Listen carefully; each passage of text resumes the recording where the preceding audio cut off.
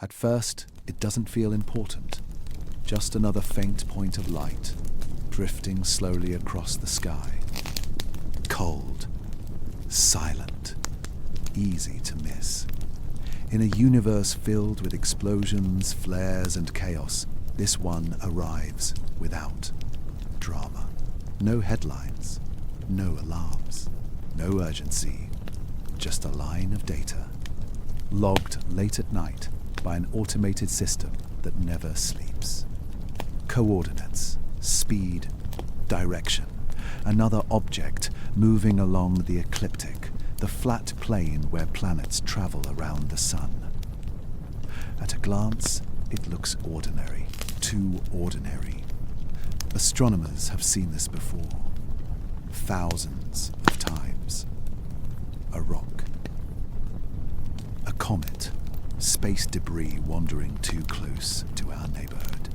They tag it, label it, file it away, and for a brief moment, pum, pum, that's where the story almost ends. But space has a habit of whispering before it screams, because when scientists trace its path backward, not forward, backward, something doesn't line up. This object didn't come from where most things come from.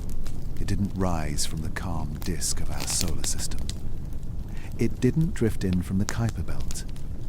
It didn't fall from the Oort cloud like long-period comets usually do.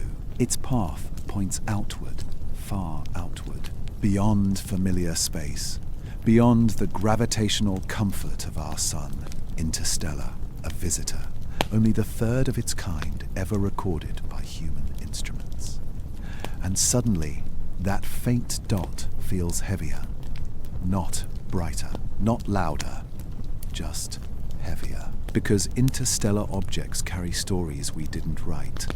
They are older than our maps, older than our calendars, older than most of the planets we live on. They come from other star systems, places we can't reach and barely understand. And this one is here now, moving steadily, quietly, as if it has all the time in the universe. Astronomers don't panic, they never do. They stay calm, measured, professional. They run standard checks, speed, trajectory, brightness. The light curve looks fine, nothing dramatic. No violent outgassing, no long glowing tail. If anything, it's dim, modest, easy to underestimate. And maybe that's why no one notices the first strange feeling. The unease doesn't come from what it does. It comes from when it arrives. Because timing matters in space, and this timing feels odd. The object enters our field of view at a strange angle, not aligned with most incoming bodies. Its approach toward perihelion, the point where it will pass closest to the sun, doesn't match typical patterns. Not wrong, just uncommon, like a stranger, standing still in a crowd that's always moving. Astronomers mark it down as unusual, but not alarming. Yet behind the calm screens and clean graphs, a quiet question starts to form. Why now? Interstellar space is vast beyond imagination. Distances so large they break language. And yet, this object crosses all of that emptiness, only to appear during a narrow window of human observation, at a time when our instruments are sharper than ever, when our sensors watch the sky non-stop. Coincidence? Maybe. Most scientists would say yes. Space doesn't care about us. It doesn't plan. It doesn't aim. And still, the thought lingers. Because interstellar visitors are rare, painfully rare.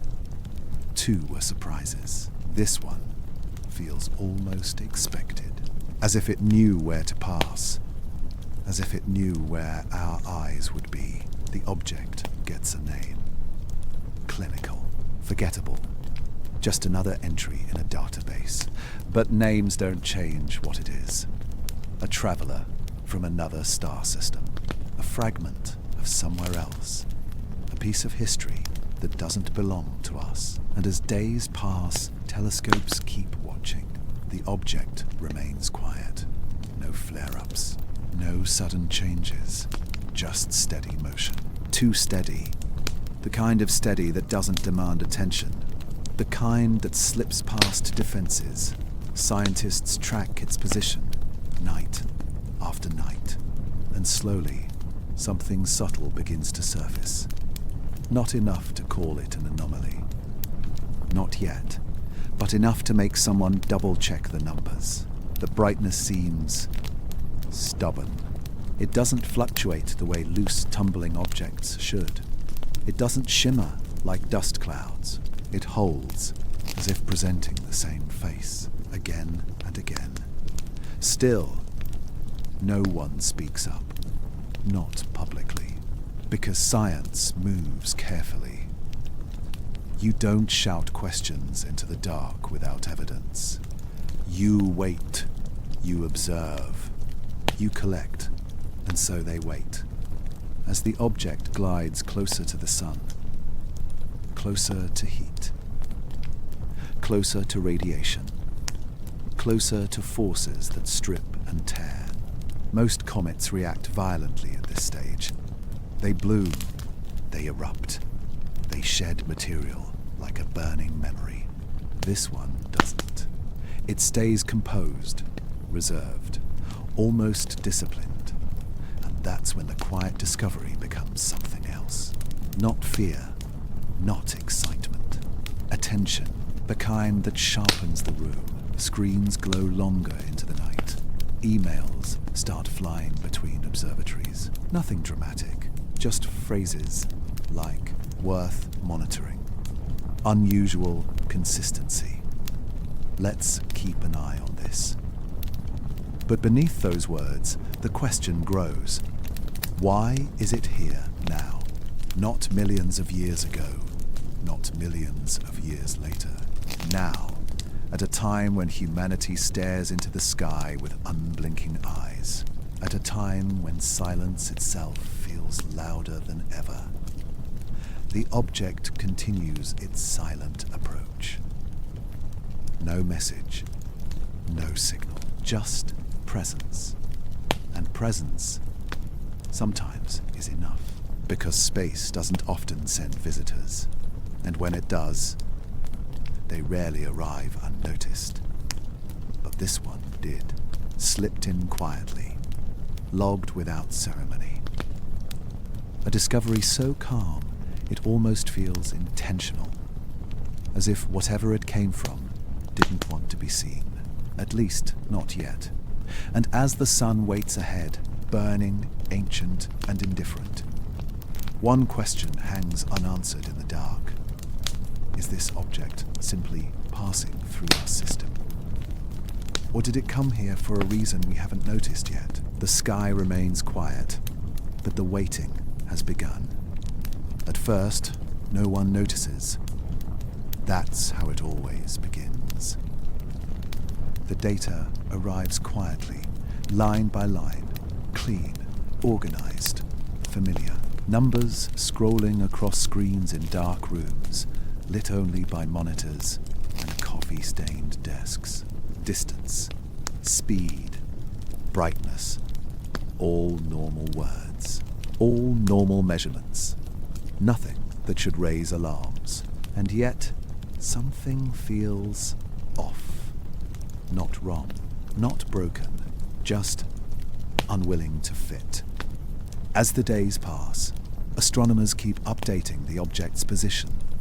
Each observation sharpens the picture, but instead of becoming clearer, it starts to blur.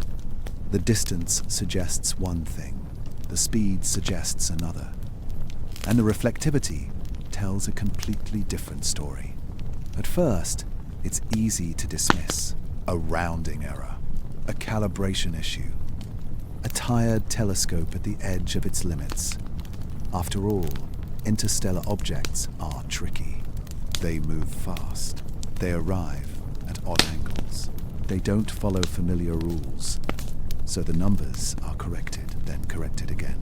Different teams, different observatories, different instruments. The expectation is simple. Eventually, the data will agree, but it doesn't. Instead, the gap widens. The object appears closer than it should be, yet dimmer than that distance allows. Its speed suggests a certain mass, but its brightness suggests another. The math starts arguing with itself, and math usually doesn't argue. Astronomers compare notes, quietly, privately. No dramatic announcements, no leaked headlines, just subtle questions exchanged in emails. Are you seeing this too? Check the reflectivity again. Try a different model. Reflectivity is supposed to be boring. It's just how much light an object bounces back from the sun. Ice reflects one way, rock reflects another, dust another. Most space objects fall neatly into these categories. This one doesn't. Its reflectivity shifts slightly, but consistently. Not randomly, not chaotically, as if the surface itself behaves differently depending on angle, or distance, or something unseen. The models don't like that. They try to force the numbers into familiar shapes. Comet, asteroid, debris. Each time, something breaks. Adjust the size, and the mass stops making sense. Adjust the mass, and the brightness collapses.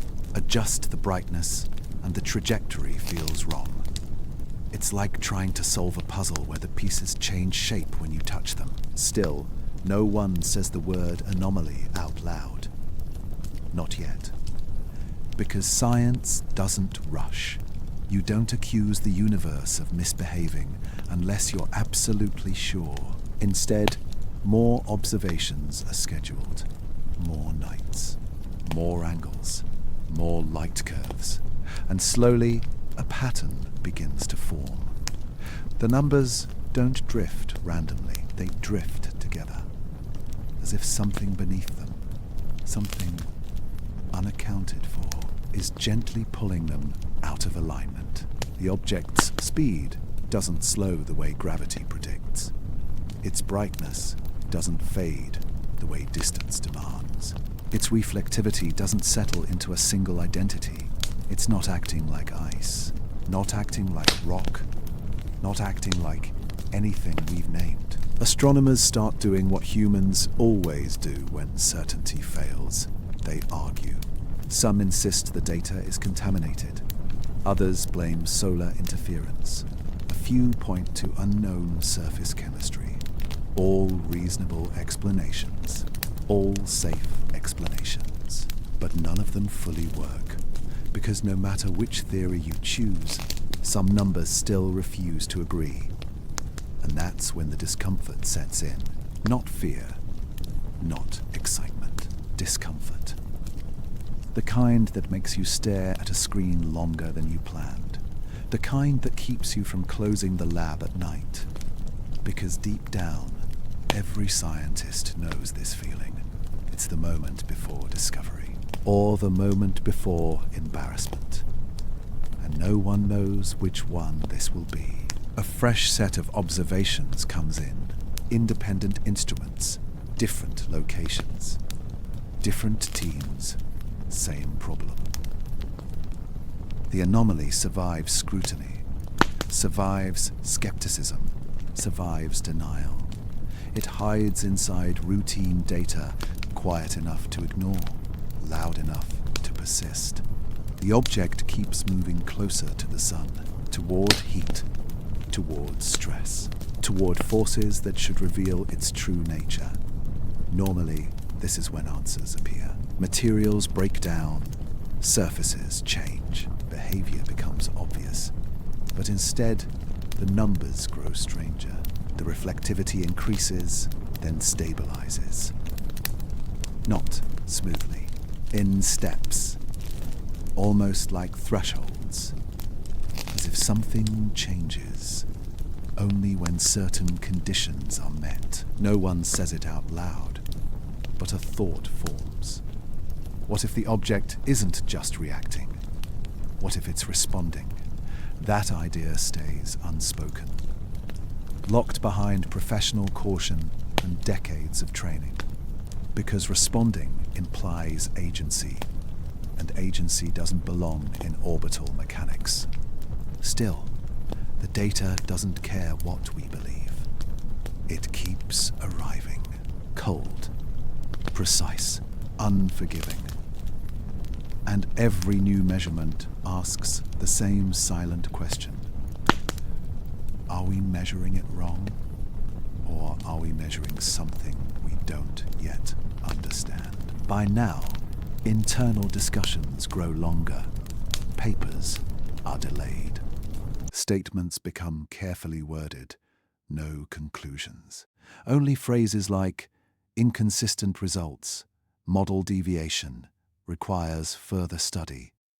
But behind those words, something shifts. Confidence softens. Certainty loosens its grip. Because when numbers refuse to agree, it's often because the assumption beneath them is wrong. And the biggest assumption of all is that this object is ordinary. The sky, meanwhile, remains calm. No flashes, no signals, no warnings, just a silent traveler carrying data that won't behave. And somewhere between distance and brightness, speed and reflectivity, a line is crossed. The story is no longer about discovery. It's about doubt. And doubt, once born, does not fade quietly. As the object continues its approach, and the sun waits ahead, ready to test it, one unsettling thought begins to surface. If the numbers don't agree, what else about this object have we misunderstood? And if our models are failing now, what happens when the data starts doing something we can't explain at all? The anomaly remains small, contained, easy to overlook, for now. But the universe has already made its move, and the numbers have started to speak. Something changes, quietly, not in the sky, not to the naked eye, but in the numbers that describe the light. At first, it's subtle enough to dismiss.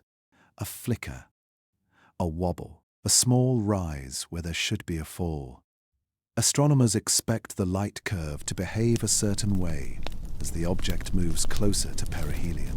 That's the rule. As distance shrinks, brightness increases, then slowly, smoothly fades. A gentle arc, predictable, comforting. This object refuses to follow it. Instead of a clean curve, the line trembles. Bright, dim, bright again. Not noise, not chaos. A pulse. At first, it looks like bad data. Cosmic rays can interfere. Atmospheric distortion can lie. Sensors can hiccup. So the readings are checked, then checked again. Different telescopes, different nights, different angles. The pulse remains. A soft, uneven rhythm in the light curve, as if the object is blinking. Not flashing wildly, blinking. The brightness rises sharply, holds, then drops. Pauses, then rises again. Too slow to be random, too steady to be error. This is not how comets behave. Comets flare as ice boils off. Asteroids spin and tumble, creating regular waves. But this is irregular, uneven, almost hesitant. Like something trying and failing to stay quiet. Scientists begin lining up the data side by side, timestamps, light intensity, solar distance. And that's when the unease deepens. The pulses aren't tied to rotation. They don't match spin rates. They don't align with outgassing events. The object isn't shedding material. It isn't forming a tail. There's no debris cloud to explain the flicker. The surface should be uniform. Dead rock doesn't hesitate. Dead ice doesn't blink. Yet the light curve keeps breaking, again and again. Some pulses are stronger than others. Some barely rise above the noise. Almost like attempts to push through the background glare of the sun. The phrase instrument artifact gets thrown around. It always does. It's the safest explanation. But artifacts don't appear in multiple systems, across continents, synchronized in time. And this one does. Observatories thousands of kilometers apart see the same pattern. Different hardware, different software, same pulse.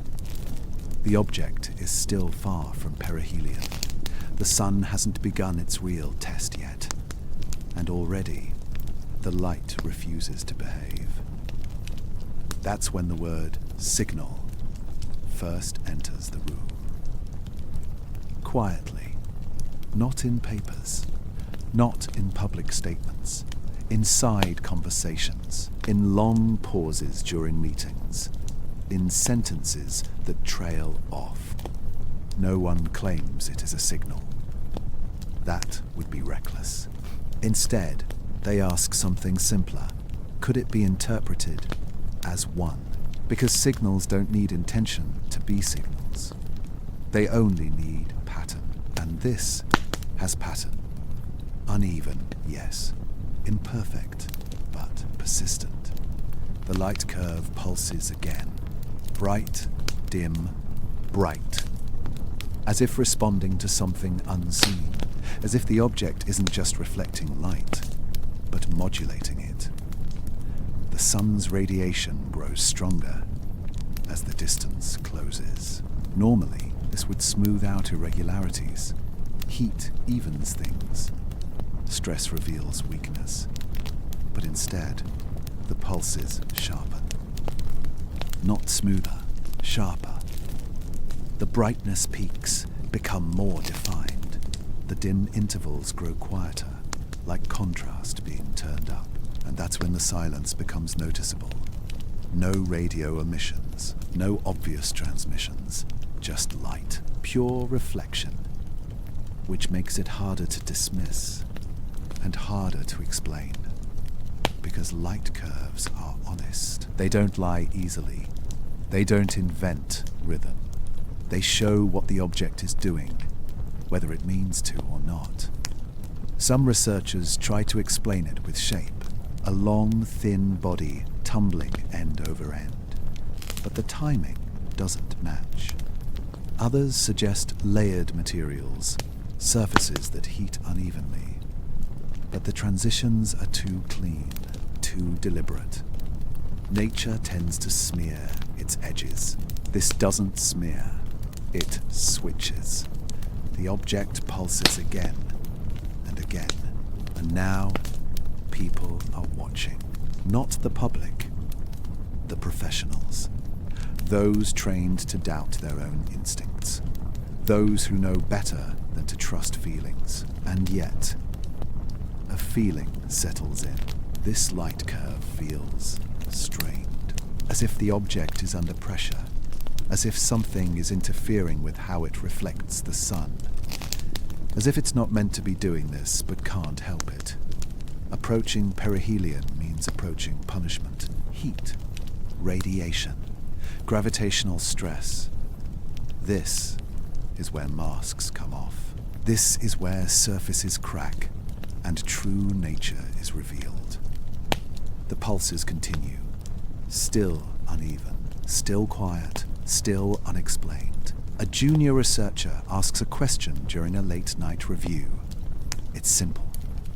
What natural body behaves like this? No one answers, because everyone in the room knows the list. And this object isn't on it. They don't panic. They don't announce. They document. They measure. They wait. But waiting doesn't calm the mind, because if the light curve is broken, if the most basic measurement refuses to follow the rules, then what happens next? The object is still days away from its closest approach. The sun looms ahead, brighter, harsher, unforgiving. If the pulses grow stronger, if the pattern tightens, if something changes suddenly, there will be no time to debate language, only to react. For now, the sky remains quiet. No visible flash. No warning. Just a distant object, blinking softly against the dark. Bright, dim, bright again. Like a whisper, not loud enough to hear, but just loud enough to notice. And the question lingers, heavier than before. Is this light curve broken, or is it doing exactly what it was always meant to do? As perihelion draws closer, we are about to find out whether this pulse is a symptom, or a message we were never supposed to receive. By now, denial becomes work, not the loud kind, the quiet kind, the kind where you stare at a screen, knowing what you're seeing, and still hoping it's not real, because the pulse doesn't fade, it spreads. At first, only a handful of observatories notice it clearly. A flicker in brightness, a rhythm hiding inside the light curve. But science has a way of testing truth. It asks the same question from different places at the same time. So the data is shared across countries, across time zones, across continents. Different skies, different telescopes, different teams, same result. The pulse appears everywhere. Not close enough to blame shared equipment. Not similar enough to be coincidence. Synchronized. Measured down to the second. The light rises, pauses, falls, then repeats again and again. This is the moment when routine observation quietly ends and something else begins. Because random noise doesn't coordinate itself across the planet. Noise doesn't wait for other instruments to agree. Noise doesn't keep time. Yet this pulse does. It appears when expected, disappears when expected, returns right on schedule. No one celebrates, no one smiles. The room feels heavier now. Emails become shorter, meetings become longer. Because confirmation is not comfort. Confirmation is responsibility. Someone overlays the data from 3 observatories, then 5, then 12. The lines stack on top of each other, nearly perfect. A shared heartbeat, not strong, not loud, but undeniable. The object isn't just flickering, it's pulsing. And it's doing so in a way that ignores geography, weather, and human error. The question shifts. It's no longer, is this real? It's, what could cause this? The first instinct is external forces. Solar wind. Magnetic interaction. Beyond the skies, films from faster. Radiation pressure. All tested, all modeled, none fit. Solar wind fluctuates constantly. This pulse does not. Magnetic effects vary with position. This pulse does not. Radiation creates chaos. This creates rhythm. The source isn't the sun. That much becomes clear. So attention turns inward to the object itself. Could it be rotating? They calculate. No, The timing doesn't match any stable rotation period. Could it be tumbling? They simulate. No, the pattern is too consistent. Could it be shedding material? Spectral data says no. There's no cloud, no plume, no tail, nothing escaping, nothing breaking apart. The object remains intact while the pulse continues. A few scientists begin to feel it, that quiet dread. Not fear, recognition. Because patterns are rare in nature, especially clean ones. Nature prefers mess, turbulence, decay, irregularity. But this pulse is disciplined, as if constrained, as if governed. And once that thought enters the room, it never fully leaves. The phrase, "not random," appears in internal notes. Carefully worded, undramatic, but heavy, because randomness is the shield science hides behind. Randomness means safety. Randomness means no intent. This pulse refuses to wear that mask. A junior analyst runs a timing analysis, just to rule it out. The results come back, unsettling. The pulse interval remains steady even as the object's distance changes, even as solar intensity increases, even as viewing angles shift. Most natural processes stretch or compress under stress. This one doesn't. It holds its rhythm, like a metronome floating through space. That's when conversations change tone, still professional, still cautious, but quieter. Because no one wants to be the first to say the wrong thing. Someone finally asks the question that's been hovering in the silence. If it's not noise, and it's not the sun, then what's driving it? No one answers, because every safe answer has already failed. The pulse continues. Bright, dim, bright. Never strong enough to announce itself loudly. Never weak enough to disappear. Almost as if it knows it's being watched. Almost as if it doesn't care. Publicly, nothing changes. Press releases stay vague. Words like ongoing analysis and unusual variation are used. Nothing alarming, nothing dramatic. But inside observatories, attention locks in, schedules shift, more time is allocated. Because if this pulse grows, or changes, or stops suddenly, that moment will matter, and they don't want to miss it. The idea of a synchronized pattern without a source is deeply unsettling, because it breaks a rule people don't talk about. The rule that says the universe doesn't coordinate. It just reacts. Stars burn, planets spin, objects fall. They don't keep time together. They don't whisper in rhythm. Yet this object is doing exactly that. Still, no one says artificial. Not yet. That word is radioactive. It doesn't belong in early analysis. It invites headlines, panic, misunderstanding. So instead they use safer language. Unknown mechanism, unidentified driver, source not determined. But language can only hide so much, because the pulse keeps repeating. And repetition is communication's oldest trick. Not message, not meaning, just pattern. And pattern demands attention. Some scientists begin running comparisons. Pulsars, variable stars, known oscillating phenomena. The pulse doesn't match, not even close. Those are powerful, violent, obvious. This is restrained, subtle, almost polite, as if trying not to disturb. Which makes it worse, because restraint implies choice.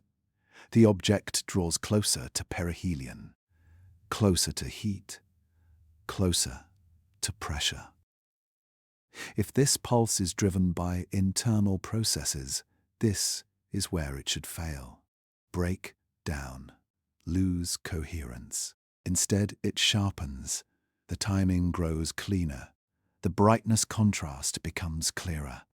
The pulse doesn't weaken under stress. It survives it. And that realization settles like cold air in the room. This pulse is not a byproduct. It is not a mistake. It is not noise.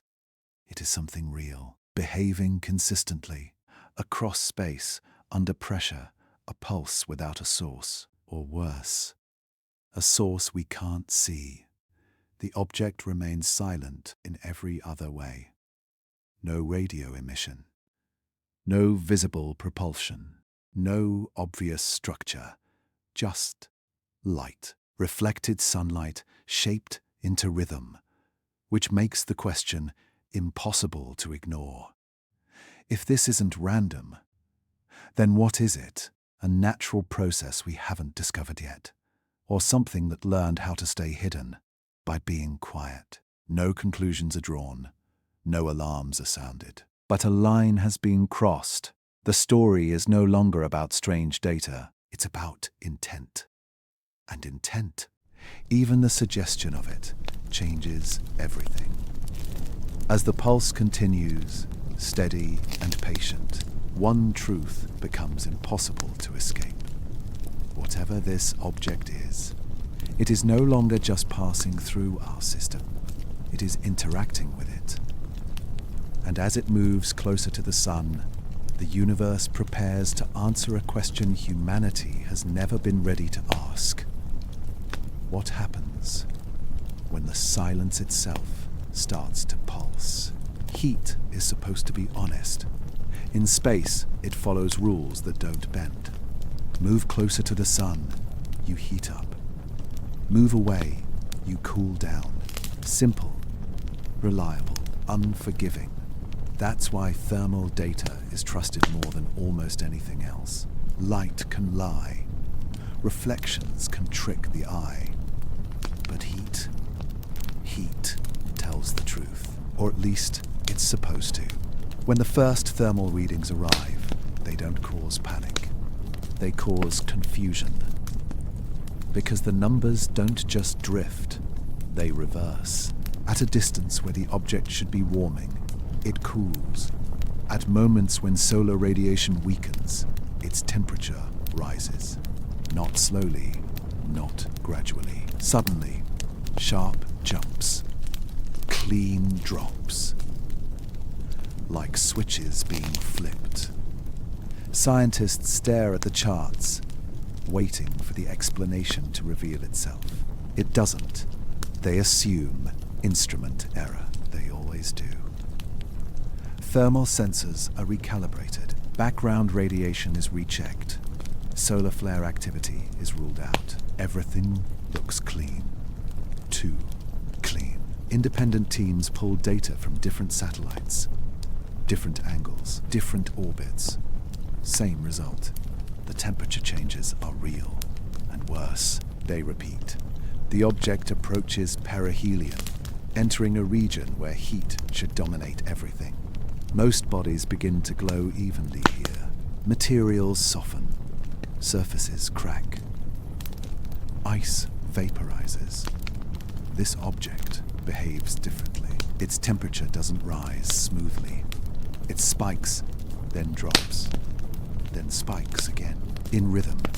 Not the same rhythm as the light pulse, but not random either. A thermal pattern, and patterns are dangerous. Because patterns imply structure. The object cools when it should be burning, as if shedding heat on command. As if releasing energy somewhere else, or refusing to absorb it at all. Then, without warning, it heats sharply. Not from the sun's angle, not from rotation, from nowhere science can easily point to. Someone overlays the thermal data with the light curve. The room goes quiet. The peaks don't match perfectly, but they speak to each other. When brightness pulses weaken, temperature rises. When light strengthens, heat drops. Not always, but often enough to matter. Enough to suggest coordination. This isn't how dead objects behave. Dead objects don't manage energy. They don't redistribute it. They don't choose when to warm or cool. They react. This object appears to decide. Careful language fills the reports. Thermal regulation inconsistent with passive models. Energy behavior suggests unknown mechanism. No one uses emotional words, but emotion leaks through anyway, because heat is survival. In every system we know, controlling heat means control itself. Living things do it. Machines do it. Nature almost never does it cleanly, especially not in deep space. One scientist runs a simulation assuming exotic materials, ultra-reflective surfaces, strange alloys, porous layers. None explain the sudden drops. Another proposes internal reactions, chemical processes releasing and absorbing heat. But there's no exhaust, no mass loss, no signature of consumption. The object remains intact. Closed. Contained. The idea forms slowly. Unwelcome. What if the heat isn't escaping? What if it's being redirected? That thought stays off the record because it opens doors no one wants open yet. The object passes closer to the sun. Radiation pressure climbs. This should overwhelm any delicate process. Yet the thermal pattern becomes cleaner, more deliberate, almost refined. The temperature shifts now happen within narrow bands, as if limits are being enforced. Upper bounds, lower bounds, as if something is keeping the object within operational range. That word, operational, slips into a conversation and hangs there, unchallenged. No one laughs, because at this point, laughter would feel dishonest. Publicly, nothing is said. The world goes on. But in control rooms, attention sharpens, because this is the kind of data that doesn't fade with more scrutiny. It hardens. The sun is no longer the dominant factor. It's just an input. And that realization changes everything. Because if the object isn't passively heating, then it isn't passive at all.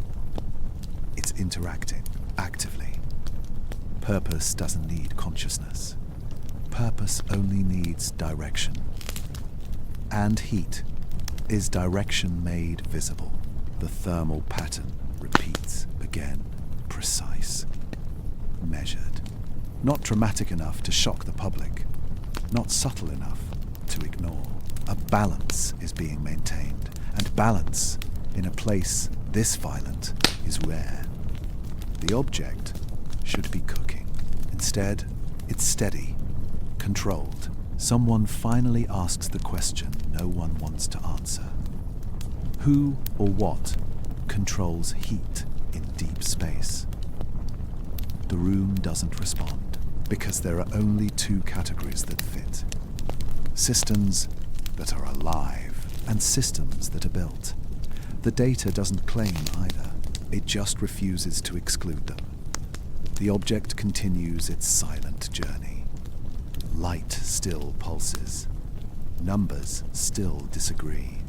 And now, heat moves with intent, cooling when it should burn, heating when it should fade, as if obeying rules we didn't write. As perihelion draws nearer, the sun prepares to apply maximum pressure. This is where facades collapse. This is where truth leaks out.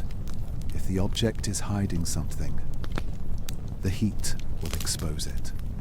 Unless it already knows how to hide from heat itself.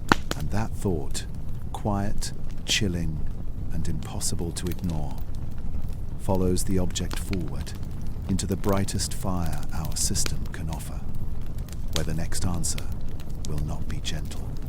And the next chapter will not allow uncertainty to remain quiet. There is a moment in every investigation when the data stops asking questions and starts making statements. This is that moment. Reflectivity is one of the simplest traits an object can have. It's just a measure of how much sunlight bounces back. Bright surfaces reflect more. Dark surfaces absorb more. In nature, changes happen slowly. Dust settles. Ice melts. Rock erodes. Gradual curves. Soft transitions. That's the rule. This object doesn't follow it. As new measurements come in, scientists notice something unsettling. The reflectivity doesn't drift. It jumps. Sharp increases. Sudden drops. Clean steps. Like levels being switched. Not smoothed by time. Not blurred by rotation. On, off, high, low. The charts look wrong. Not messy enough. But first, it's blamed on viewing angle. When an object turns, different surfaces face the sun. That can cause shifts. But this isn't rotation. The timing doesn't match. The steps happen too suddenly and too consistently, as if the surface itself is changing state. One value, then another. No transition between. Someone zooms out on the timeline. The room grows quiet. The reflectivity steps align with other events. With temperature shifts. With changes in the light pulse. Not perfectly, but close enough to feel intentional.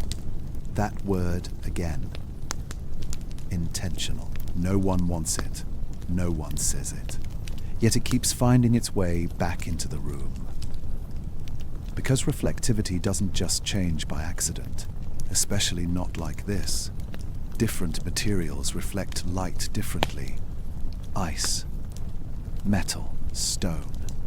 But a single surface doesn't normally behave like many materials at once, unless something is altering it, adjusting it, tuning it. The object approaches closer to the sun. Radiation increases. Most surfaces degrade under this stress. They crack, they darken, they lose structure. This one adapts. When solar intensity rises, reflectivity increases, as if pushing light away. When intensity falls, reflectivity drops, as if absorbing again. The surface appears to be managing exposure. That realization lands hard, because managing exposure is not passive behavior, it's strategy. Someone runs a comparison with known natural processes. Phase changes in ice, sublimation layers, thermal fracturing. None explain the precision. Nature bleeds between states. This doesn't bleed. It snaps, like a mechanism clicking into place. A switch. The word finally appears in a private note, not spoken aloud, just typed. Artificial. No exclamation point, no emphasis. Just the word. It's enough. Because artificial is not an accusation, it's a category. And once introduced, it doesn't leave easily. Artificial doesn't mean alien intelligence. It doesn't mean purpose or message. It simply means built, designed, shaped by something other than chance. That's what makes it uncomfortable. Because reflectivity control is basic engineering, we do it. With satellites, with heat shields, with solar panels. We change how surfaces interact with light to survive space. And now, something else appears to be doing the same thing. Far from Earth, far from any known builder. The object remains silent. No emissions, no propulsion. Just a surface that behaves like hardware. Calm, efficient, responsive, as if it knows exactly how much light it can afford to take. Public explanations stay conservative. Unusual surface properties, highly complex material behavior. But inside the rooms where the data lives, the mood shifts. This is no longer just a strange visitor, it's a system. One that reacts, one that adjusts, one that does not decay under pressure. The reflectivity steps again, sharper this time. The sun is stronger now. The object pushes back. Light is reflected away, not scattered, not diffused, but controlled. That's the part no one can ignore. Control implies rules. Rules imply design, and design implies origin. The object passes another threshold. Reflectivity locks into a stable state as if a setting has been selected, not optimal, not maximal, just sufficient, like a machine conserving resources. No one knows what it's conserving them for. That's the worst part. Because survival behavior usually has a reason, a next step, a goal. The object doesn't reveal one. It just continues, unchanged in shape, unbroken by heat, unaffected by forces that destroy lesser things. Reflectivity, heat, light, all behaving not like accidents, but like features. The sun burns brighter. The object holds steady. And now the word artificial no longer feels speculative. It feels unavoidable, not proven, not declared, but awakened. Once a word like that enters scientific circles, it doesn't explode. It spreads quietly, from thought to thought, from lab to lab. Because if this surface is behaving like a machine, then everything else must be reconsidered. The pulses, the thermal control, the refusal to degrade.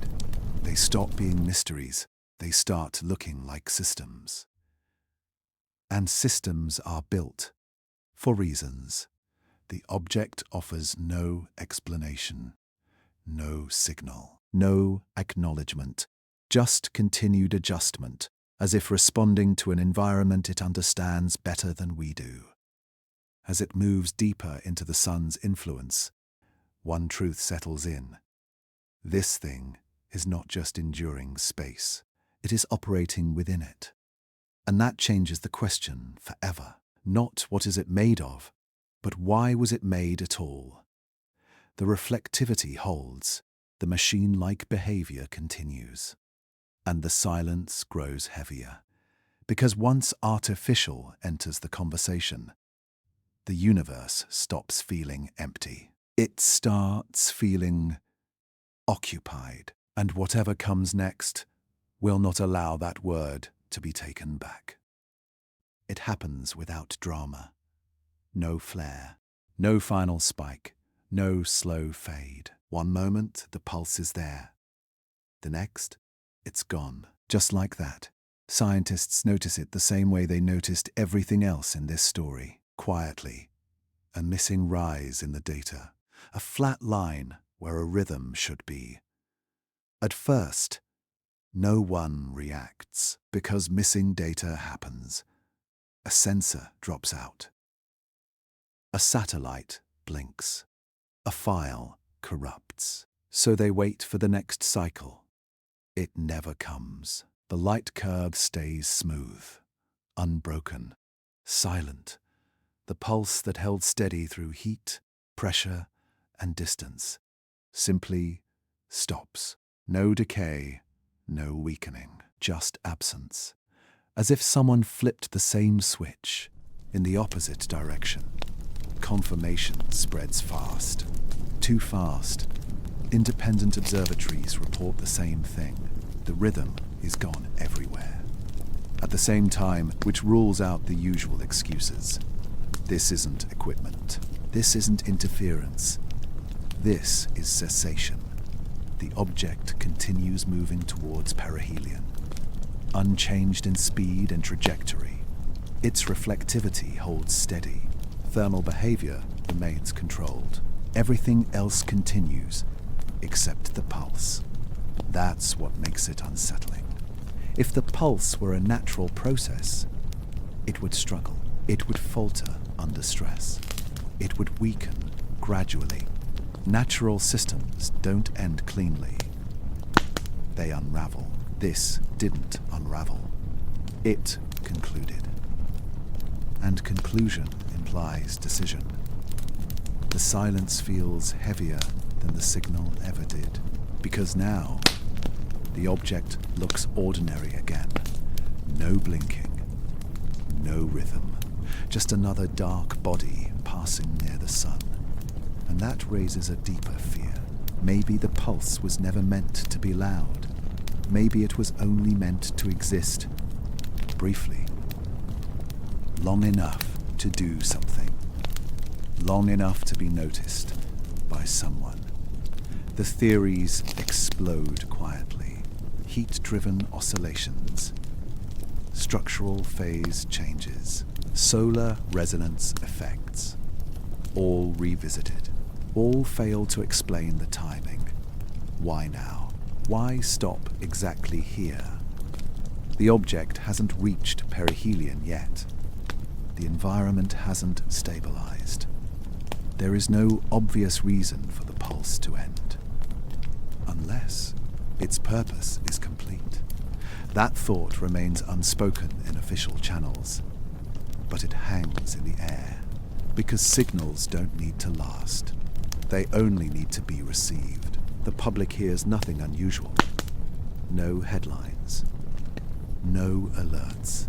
But within the scientific community, attention tightens. This is the most dangerous phase of discovery. The phase where something stops giving data. Because absence forces interpretation. And interpretation is where imagination creeps in. Some suggest the pulse was a reaction, not a message, a response to early solar exposure. But that doesn't explain the precision. Others suggest internal resources were depleted, but nothing else degrades. The system remains stable. If this were a machine, it didn't run out of power. It chose to stop. The object continues its silent approach. Smooth, controlled, almost indifferent, as if nothing important just happened. But something did, because for the first time, the object's behavior aligns with intention rather than reaction. The pulse didn't fade with distance. It didn't fight heat. It didn't collapse under pressure. It waited. Then it stopped. Exactly. That raises a question science is not comfortable asking. Who was the pulse for? Us, or something else entirely? If it were for us, it was barely visible. Too subtle, too quiet. But if it were meant for another observer, one with better instruments, one positioned somewhere else, then this brief pulse might have been enough. A ping, a check-in, a confirmation, and once completed, silence would be the safest state, because silence hides. The object remains silent now. No new anomalies, no new pulses, just clean data. And that's when fear shifts into something colder. Because now, we don't know what phase we're in. Was the pulse a beginning or an ending? Was it an announcement? Or a goodbye? The object doesn't answer. It never did. It simply moves forward, carrying its secrets intact. And as perihelion approaches, the sun prepares to deliver its final test. If this object was signaling, The sun may expose why. If it was only reacting, the sun may tear it apart. Either way, the next moment will not be quiet, because silence after a signal is not peace. It is aftermath, and whatever the pulse was meant to do, it has already done it, leaving us behind, staring at empty data, wondering if we were ever the audience at all. The object continues, unchanged, unbothered, as if it has finished speaking, and the most unsettling thought settles in. Maybe the silence isn't failure. Maybe it's confirmation. And whatever comes next will arrive without warning. The data doesn't stay contained. It never does. At first, it lives behind passwords, inside journals, inside quiet conversations between experts who choose every word carefully. But curiosity leaks, and curiosity spreads. A graph appears online. No context, no headline. Just a light curve, annotated, circled, reposted. Then another. Thermal data, reflectivity steps. Someone connects the dots, and suddenly the story is no longer just scientific. It's human. Forums light up. Late-night threads stretch for thousands of comments. Some people shrug. Bad data. Glitch. Same old hype. Others feel something colder, because once you see the pattern, you can't unsee it. Debate fractures almost immediately, not between scientists and the public, but within science itself. Some researchers speak carefully.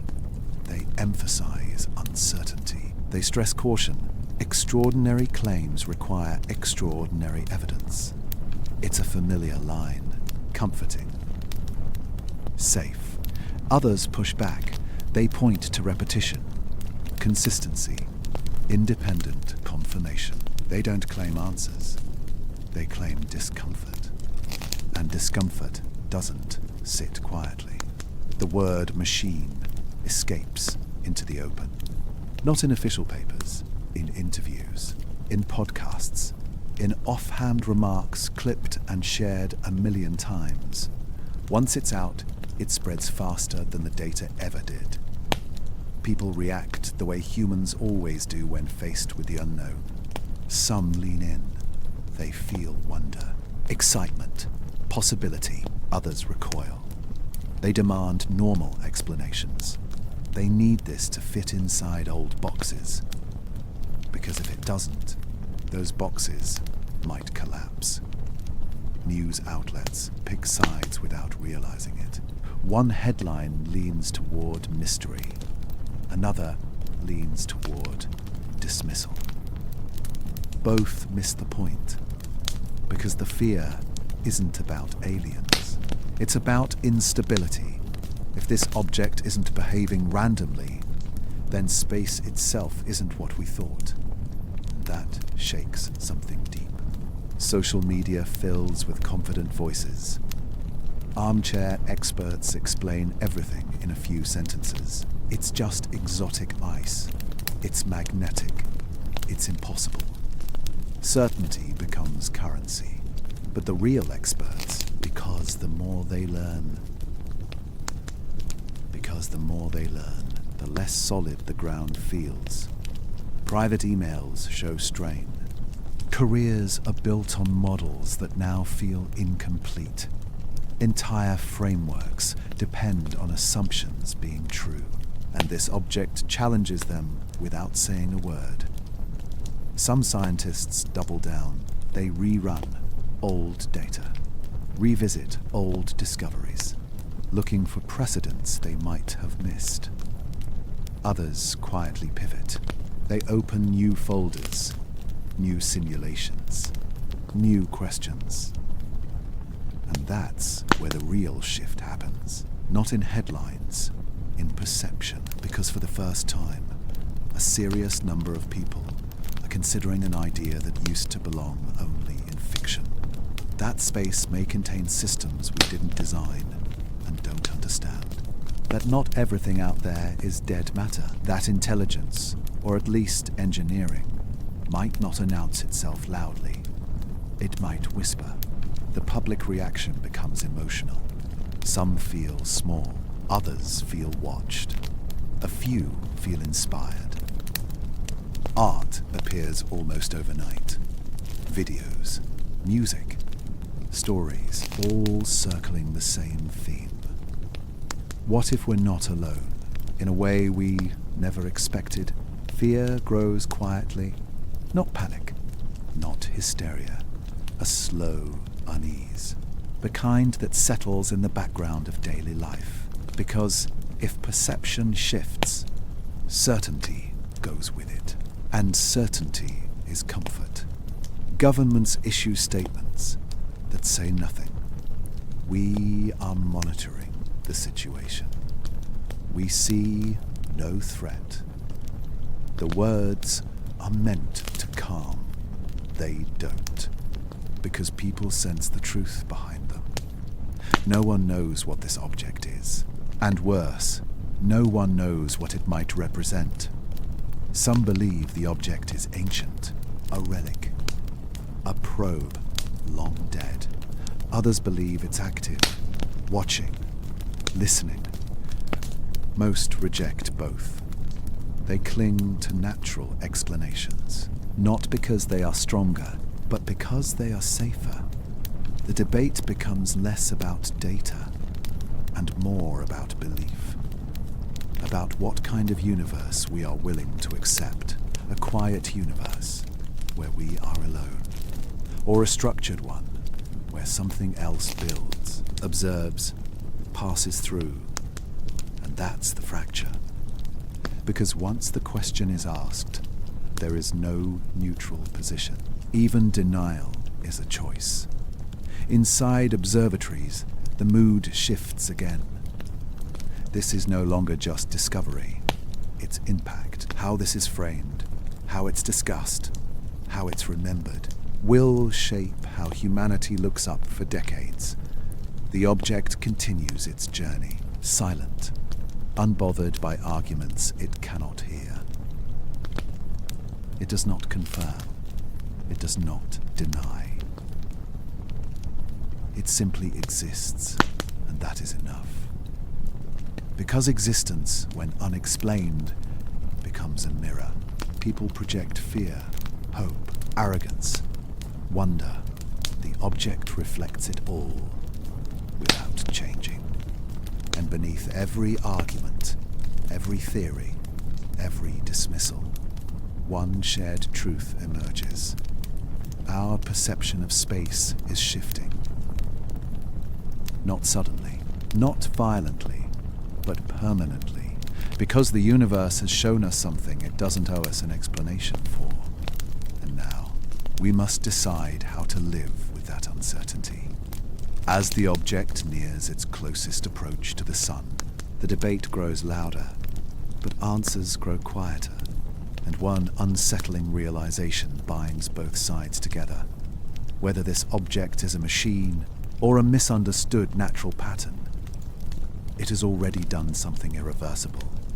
It has changed the way we look at the dark, and once perception shifts, the universe never looks the same again. The next chapter will not be about belief. It will be about consequence. Because the sun is about to test the object in ways no argument can soften. And whatever survives that test will survive our denial too. This is the moment everything is supposed to fall apart. Perihelion, the closest approach to the sun, the point where space stops being gentle and starts to punish. For most objects, this is the breaking point. Ice boils, rock fractures, dust tears free and blooms into glowing tails that stretch for millions of kilometers. The sun strips visitors down to their truth. That's the rule. Everyone waits for it, Scientists, skeptics, believers. All eyes turn toward the same place in the sky, because whatever this object is, perihelion will expose it. The heat ramps up. Radiation intensifies. Solar pressure climbs to levels that destroy weaker bodies without mercy. The object enters the fire, and nothing happens. No flare, no plume, no sudden brightening, just passage. The object moves through perihelion like it's crossing a line drawn in chalk, unaffected, untouched, alive in the data, but unchanged in form. Hours pass, then days. Telescopes search for signs of damage. A tail forming late. A fracture line. A cloud of escaping material. There is none. The light curve stays stable. The thermal readings remain controlled. Reflectivity holds steady. The object does not shed mass. It does not crack. It does not scream under pressure. It survives. And survival here is not normal. Comets are born to die this way. Asteroids weaken. Even dense metallic bodies show stress. This one shows nothing. As if stellar fire is irrelevant to it. As if the sun failed its test. Scientists begin checking assumptions. Maybe perihelion distance was miscalculated. No. Maybe the object passed farther out than expected. It didn't. Maybe the sun was unusually calm. It wasn't. Solar activity is within normal range, strong enough to tear volatile bodies apart. Yet this object behaves like it's insulated, shielded, prepared. The silence in control rooms deepens. This was supposed to be the end of uncertainty.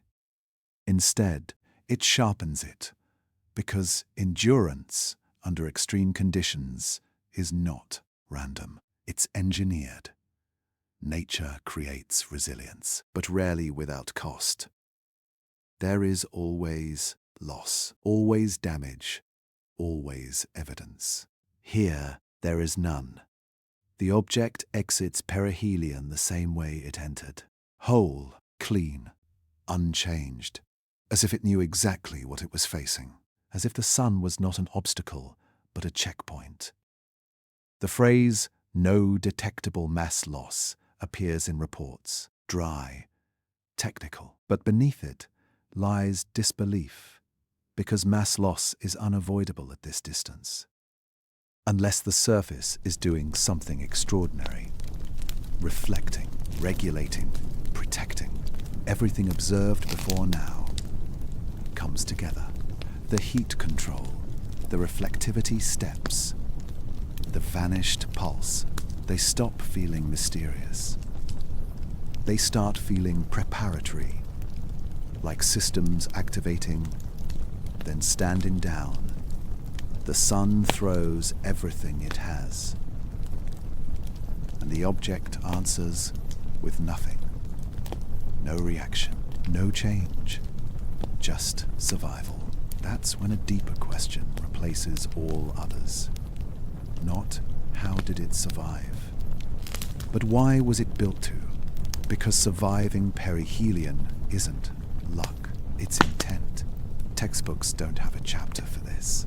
Every model taught to students assumes the same thing. Stellar fire wins. Always.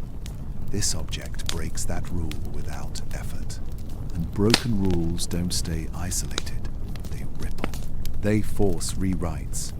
Careers pause. Conclusions dissolve. If this object can pass through the sun's influence untouched, then its origin is not fragile. It was shaped somewhere harsher, somewhere that demanded this level of resilience, or by something that understood stars intimately. The object continues outward now, leaving the sun behind, still silent, still whole, as if perihelion was never the point. as if the danger everyone feared was irrelevant to its mission. And that word, mission, settles uncomfortably in the mind, because nothing else explains this level of preparedness. The sun is not a mystery. It's one of the most studied forces in existence. And yet, something just ignored it.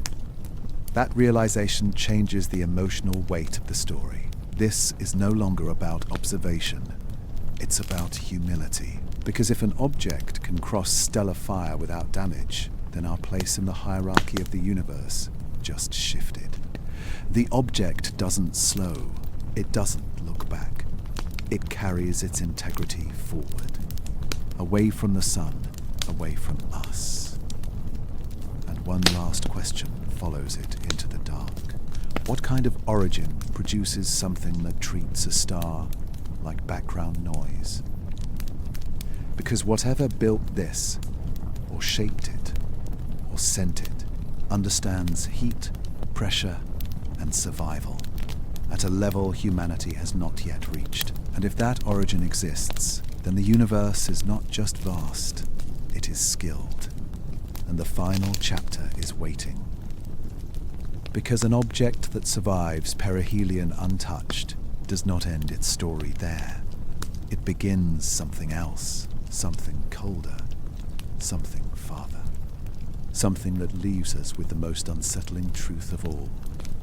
The sun did not stop it, and we never could have. Once perihelion passes, once the heat test is over, once the object proves it will not break, there is only one thing left to ask. Where did it come from? Not where it's going. That question can wait, because origin is identity, and identity explains behavior.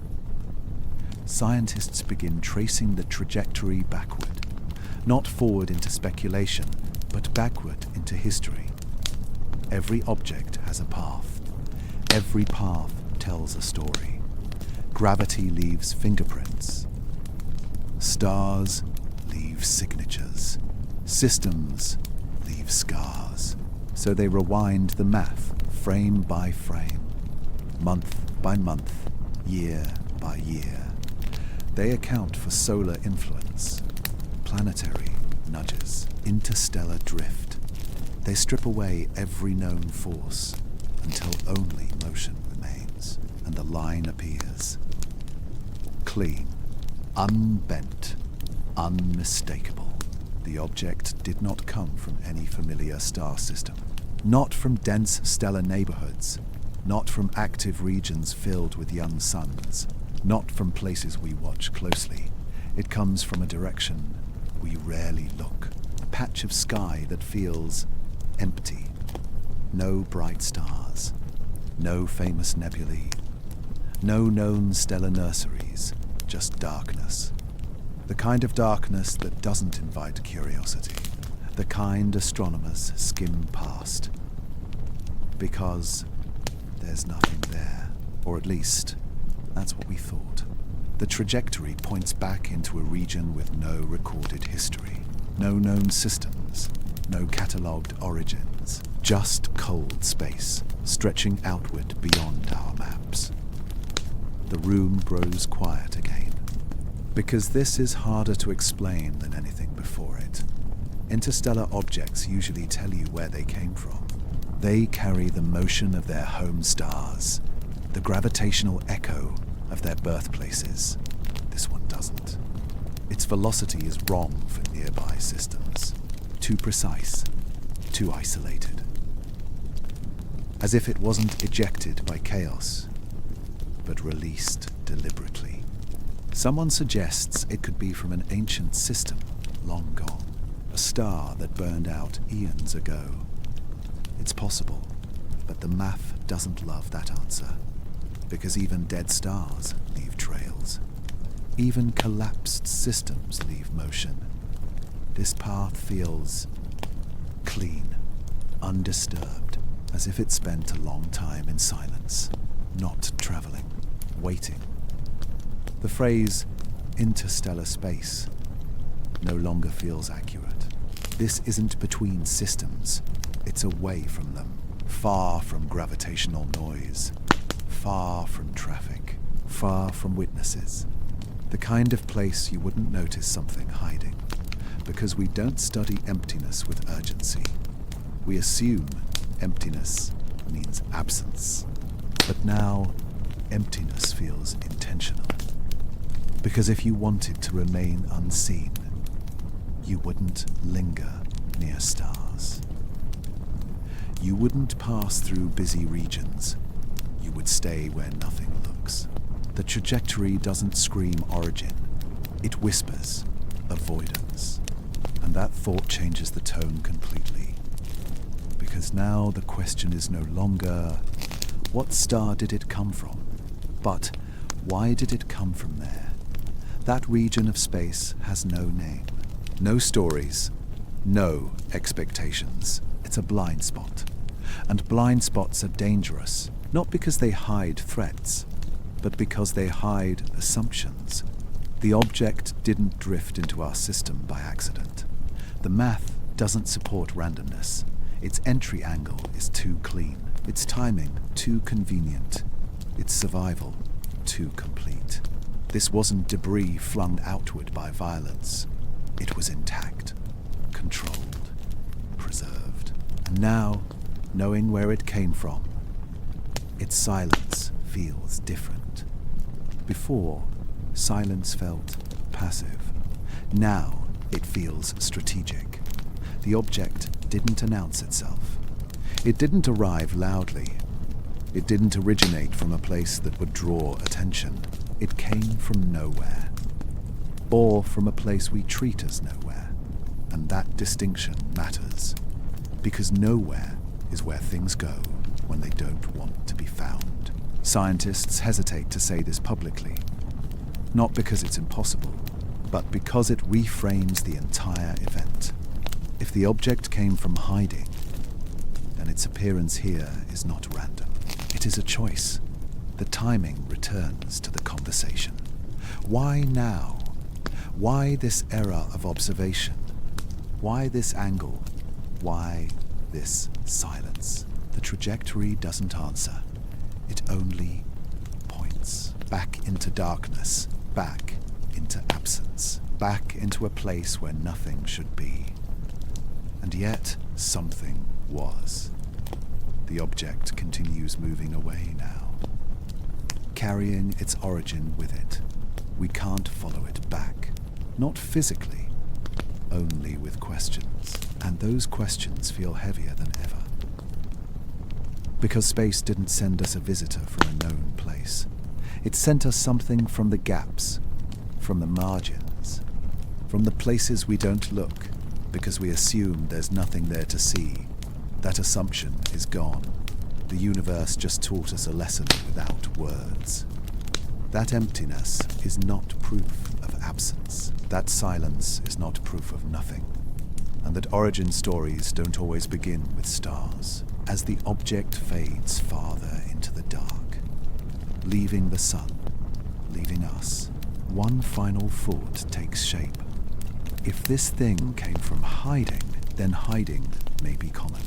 And if hiding is common, then the universe is not quiet. It is careful. The final chapter is no longer about the object itself.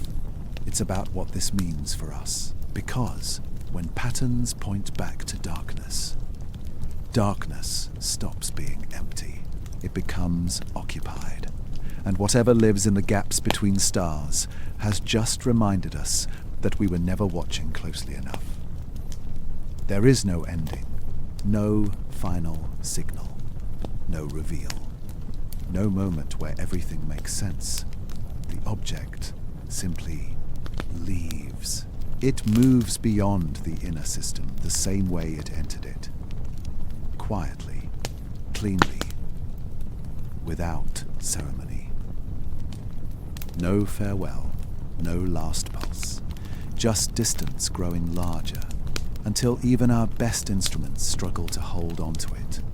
The sun shrinks behind it, the planets fall away, and the visitor becomes what it always was, a small, dark point, slipping back into the wider night. Scientists keep watching, long after there's nothing new to see. They hope for one last anomaly, one last clue, something. But the data stabilizes. No more pulses. No thermal surprises. No sudden shifts, just a smooth exit. As if the story has already been told and we simply missed the meaning. Papers are written carefully, cautiously. They list what was observed, not what was felt. Light curves that pulsed, heat that moved against expectation, reflectivity that changed like a system responding. No conclusions, only phrases like unresolved, inconclusive, requires further study. Words meant to protect science from speculation, but words don't protect the mind, because unresolved does not mean forgotten. The object is gone, but the rules it broke remain. Every astronomy textbook assumes certain truths. That heat overwhelms. That surfaces decay. That randomness dominates. That interstellar space is mostly empty and mostly dead. This object challenged all of it, without aggression, without announcement, just by behaving differently. That's what makes it powerful. It didn't arrive to shock us. It didn't arrive to warn us. It arrived, survived, and left. And in doing so, it changed the frame. Because now, every unexplained observation feels heavier.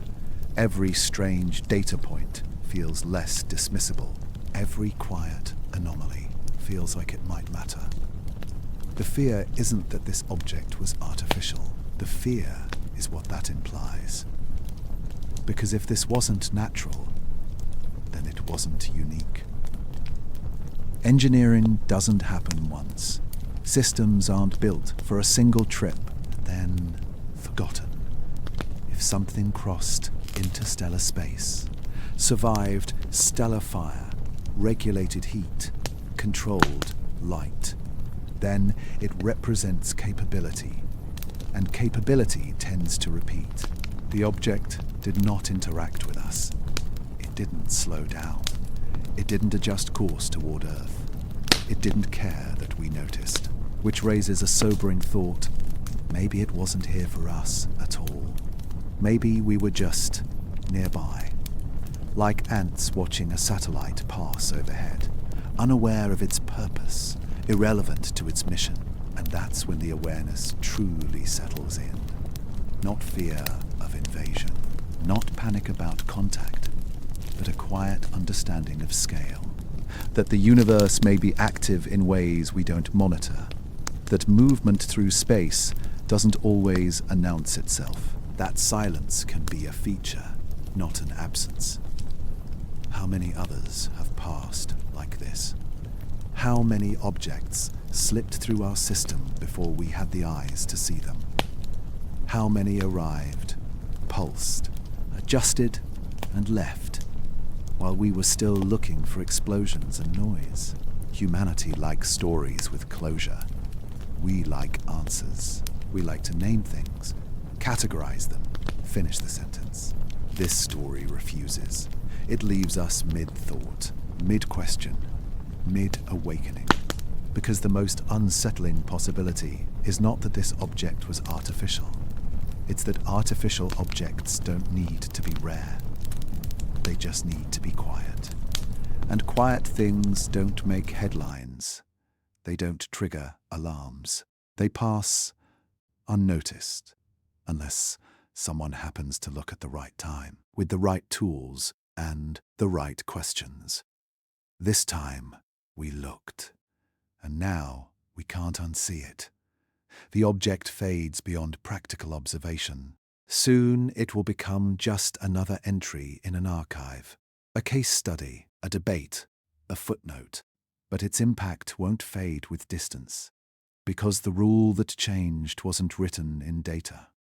It was written in perception. We used to believe space was mostly passive, that it reacted but did not act, that it contained matter but not intention.